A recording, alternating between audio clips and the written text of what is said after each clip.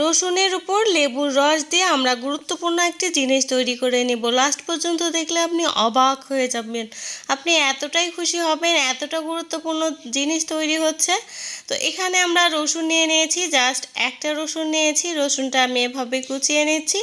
আসলে এই রসুনটা ছুরি দিয়ে কোচালে কিন্তু হবে না, বটি দিয়ে কুচাতে হবে, এটা কিন্তু অনেক শক্ত।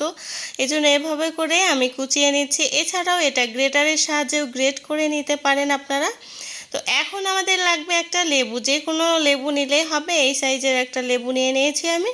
লেবুটা এখন আমি কেটে নিব। জাস্ট এভাবে করে লেবুটা দুই সাইজ করে কেটে নিয়েছি আমি। নেওয়ার পর আমাদের লেবুটা কাটা শেষ। এখন আমরা যে রসুনগুলো কুচিয়ে রেখেছিলাম সেগুলো একটা এতে দিয়ে নিচ্ছি। এটা আমরা কি করব, এটা আমরা কিন্তু আমাদের একটা কাজ হয়ে যাবে। এখানে আমি রসুনগুলো দেওয়ার পর হামালদিস্তা রেজে একটু করে থেতো করে নিচ্ছি। এভাবে করে একটু একটু করে থেতো করে নিতে হবে। রসুনের যে রসটা রয়েছে সেটা যাতে বের হয়ে আসে সেদিকে খেয়াল রাখতে হবে। সবগুলো রসুনের রস এভাবে করে আমরা বের করে নিব রসুনের মাঝখানের ভিতর থেকে, যেন একেবারে সুন্দর মতো করে রসুনটা একটু করে মিহি হয়। এই কাজটা আপনারা শিলপাটায় করে নিতে পারেন, এটা বেটে নিতে পারেন।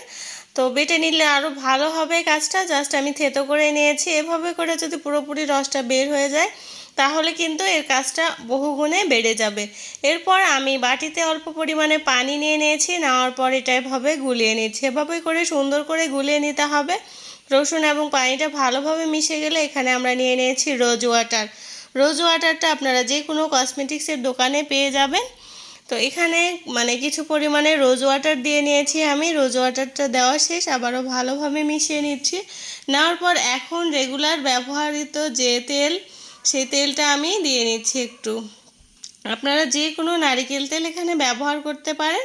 তো তেলটা দিয়ে নেওয়ার পর আবারও ভালো মতো করে এভাবে গুলিয়ে নিতে হবে সুন্দর করে, সবগুলো উপাদান যাতে মিশে যায়। এরপর আমরা যে লেবুটা কেটে রেখেছিলাম সেটা রস বের করে দেব। আর এখানে লেবুর রসটা একটু বেশি পরিমাণেই দেওয়া ভালো।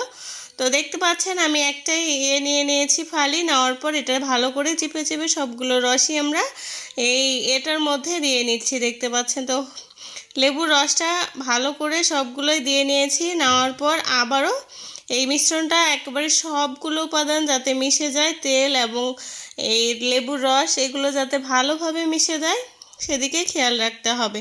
তারপরে এটা আমাদের হয়ে গেছে। এখন একটা তুলোর সাহায্যে, যাদের মাথায় উকুন রয়েছে, মাথায় অনেক সময় চুল পড়ে যায়, আর তাছাড়াও চুল সফট হবে, সিল্কি হবে, আর চুলের গোড়া মজবুত হবে, আর চুলের উকুন দূর করার একমাত্র ঘরোয়া রেমেডি হয়ে গেছে। যাদের মাথায় প্রচুর পরিমাণে উকুন হচ্ছে, অনেক টাকা খরচ করেও কাজ হচ্ছে না, এটা একবার লাগিয়ে দেখবেন, আপনি 100% কাজ হবে।